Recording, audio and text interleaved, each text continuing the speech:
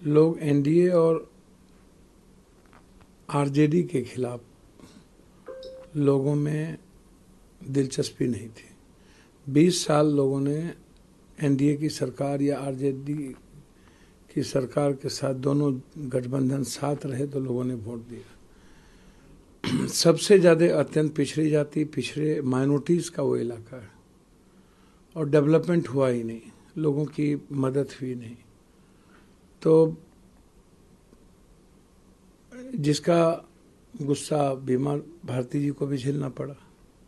Development नहीं होने के कारण व्यक्तिगत तौर पर भी असर पड़ता है कैंडिडेट पे। नरेंद्र मोदी जी को छोड़ के लगभग सभी लोग प्रचार में गए। ललन बाबू, जीतन राम मांझी, चिराग पासवान जी, संजय झा जी, सारे मिनिस्टर, सीएम, डिप्टी सीएम, दोनों डिप्टी सीएम कैंप किए। 19 मिनिस्टर कैंप किए वहाँ।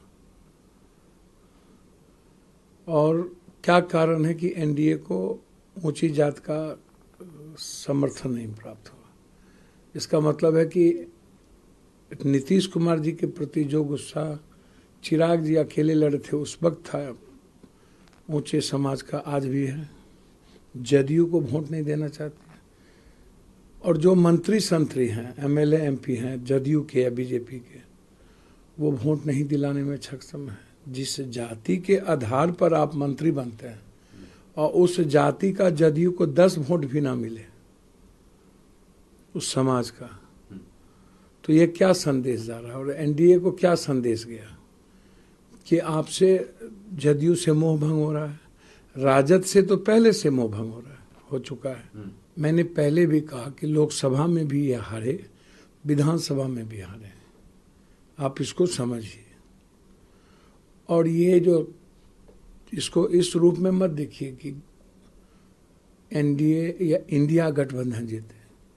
ये इंडिया गठबंधन का सवाल नहीं है, ये संकेत है महाराष्ट्र, हरियाणा और झारखंड का चुनाव का। झारखंड पुनः दोहराने जा रही है।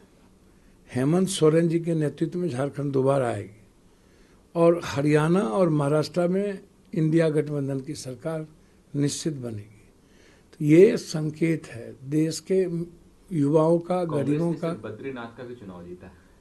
मैंने कहा ना, कांग्रेस कोई भी चुनाव, क्योंकि वो नफरत की राजनीति नहीं करता है। और शंकराचार्य ने जिस तरीके से सनातन हिंदू या इनके बीजेपी के तरीके पर सवाल खड़ा किया है, इसलिए लोगों में आक्रोश तो बीजेपी के खिलाफ है। सर, कांग्रेस के लोग एनडीए और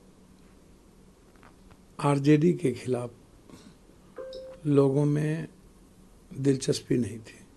20 साल लोगों ने एनडीए की सरकार या आरजेडी की सरकार के साथ दोनों गठबंधन साथ रहे तो लोगों ने वोट दिया। सबसे ज़्यादा अत्यंत पिछड़ी जाति, पिछड़े माइनॉरिटीज़ का वो इलाका है और डेवलपमेंट हुआ ही नहीं, लोगों की मदद हुई नहीं। तो जिसका गुस्सा बीमा भारती जी को भी झेलना पड़ा। डेवलपमेंट नहीं होने के कारण व्यक्तिगत तौर पर भी असर पड़ता है कैंडिडेट पे। नरेंद्र मोदी जी को छोड़ के लगभग सभी लोग प्रचार में गए। ललन बाबू, जीतन राम मांझी, चिराग पासवान जी, संजय झा जी, सारे मिनिस्टर, सीएम, डिप्टी सीएम, दोनों डिप्टी सीएम कैंप किए। 19 मिनिस्टर कैंप किए वहाँ। और क्या कारण है कि एनडीए को ऊंची जात का समर्थन नहीं प्राप्त हुआ। इसका मतलब है कि नीतीश कुमार जी के प्रति जो गुस्सा चिराग जी अकेले लड़े थे उस वक्त था, ऊंचे समाज का आज भी है। जदयू को वोट नहीं देना चाहते और जो मंत्री संतरी हैं, एमएलए एमपी हैं जदयू के या बीजेपी के, वो वोट नहीं दिलाने में सक्षम है। जिस जाति के आधार पर आप मंत्री बनते हैं और उस जाति का जदयू को 10 वोट भी ना मिले उस समाज का, तो ये क्या संदेश जा रहा है। और एनडीए को क्या संदेश गया कि आपसे जदयू से मोह भंग हो रहा है, राजद से तो पहले से मोह भंग हो चुका है। मैंने पहले भी कहा कि लोकसभा में भी ये हारे, विधानसभा में भी हारे हैं। आप इसको समझिए।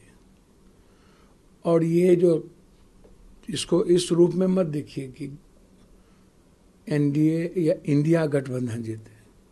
ये इंडिया गठबंधन का सवाल नहीं है, ये संकेत है महाराष्ट्र, हरियाणा और झारखंड का चुनाव का। झारखंड पुनः दोहराने जा रही है।